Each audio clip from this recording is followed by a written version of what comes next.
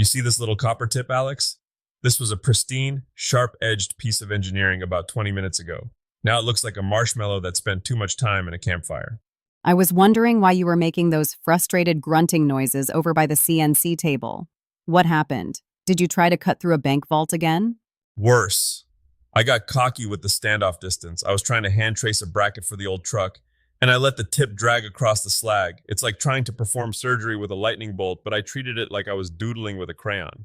Well, at least it's a cheap lesson, but it's the perfect lead-in for today. We are diving deep into the world of plasma cutting. It's one of those tools that feels like sci-fi, literally cutting with the fourth state of matter, but it can turn into a messy, sparky disaster if you don't respect the physics. It really is magic, though. You're constricting an electrical arc through a tiny hole and blowing it out with high-pressure air. It's a hot, angry needle that'll zip through stainless or aluminum like a hot knife through butter. But the thing people miss is that it's not just about turning the dial to max and pulling the trigger. So, for the folks who just unboxed their first machine, maybe one of those versatile dual voltage units, where do they actually start? Because lightning in a box sounds intimidating. First thing, you've got to pick the right horse for the race. People look at the Seaver rating on the box and think, oh, I can cut 3/4 inch steel all day. No.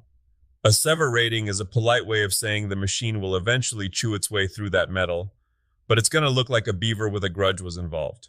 You want to look at the rated cut. That's the thickness where you can move at a steady 15 inches per minute and actually come out with a clean edge.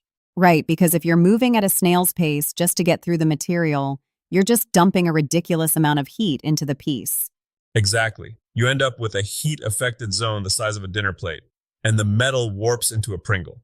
If you're doing auto body work or anything where precision matters, that's a death sentence for the project. Walk me through the anatomy of the torch. Because I see people just buying consumable kits off the internet, but they don't always know what's in there. It's a stack of precision. You've got your electrode in the back, then your swirl ring, which is basically a little tornado maker for the air, then your nozzle, and finally the shield cap. Now here's a detail that gets overlooked. The air. Plasma cutting isn't just electricity, it's pneumatic. If your shop air has even a sneeze's worth of moisture in it, you're going to blow through those electrodes in an hour. Oh, I've seen this. The arc starts sputtering and turning that weird green color? That's the smell of money burning. You need a dedicated moisture trap.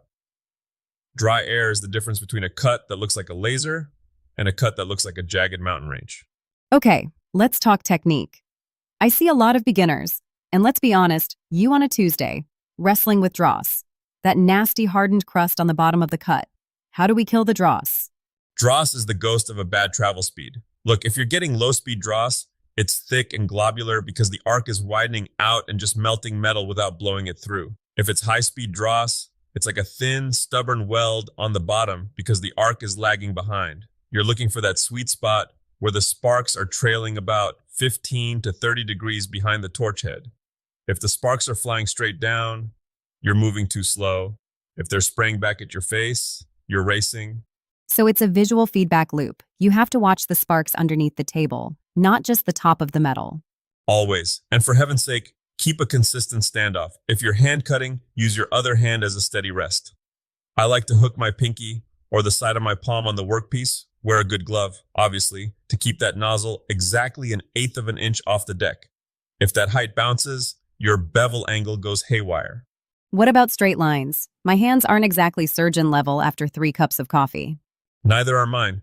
Never cut freehand if you can help it. Grab a piece of angle iron or even a scrap of plywood.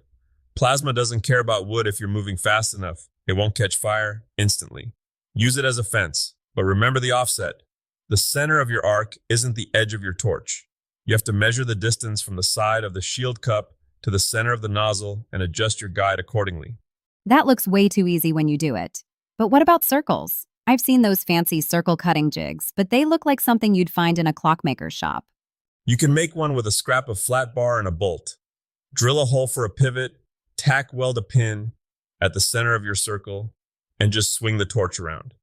It's primitive, but it beats trying to sand a lumpy circle for 3 hours after a bad hand cut. Speaking of primitive, I wanted to ask about gouging. I saw a video of some guy basically erasing a bad weld with a plasma torch. Is that a real thing, or is that just for the pros? Oh, it's real, and it's a lifesaver. You swap out the nozzle for a gouging tip, which has a wider opening, and you tilt the torch at a shallow angle, maybe 30 degrees. You're basically using the plasma arc to blow out the metal in a groove without cutting all the way through. It's perfect for removing a bracket you tacked in the wrong spot or cleaning out a cracked weld. Just wear your heavy leathers. The sparks go everywhere. It's like being in the middle of a 4th of July finale. I'll keep that in mind. No flip-flops on gouging day. Now, pushback time. You mentioned earlier that plasma is faster and easier than oxyfuel, but then you listed like 10 things that can go wrong. Is it really better for a home shop? It depends on the soul of the person using it. Oxyfuel is like a classic car. It takes a lot of tuning and feel to get that flame right.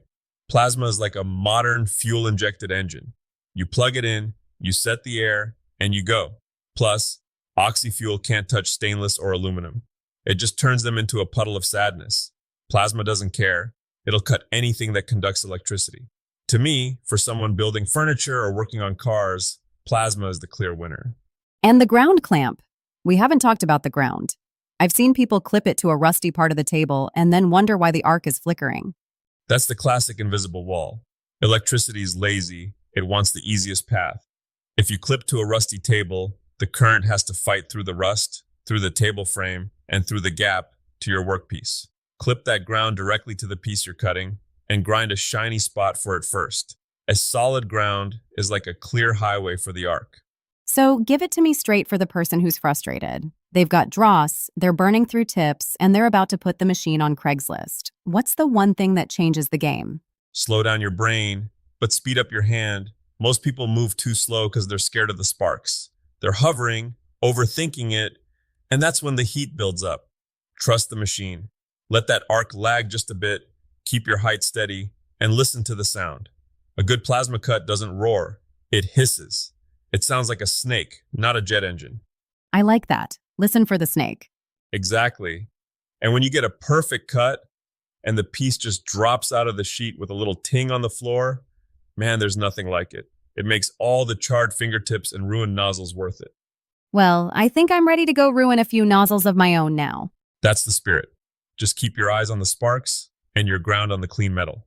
Thanks for the masterclass, Tiger. Let's go see if we can actually make that bracket for your truck look like a professional did it. Hey, professional adjacent is my goal. Let's go.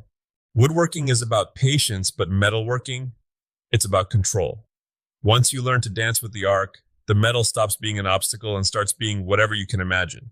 And if it catches fire, at least it's a good story. You're not wrong. Stay safe in the shop, everyone.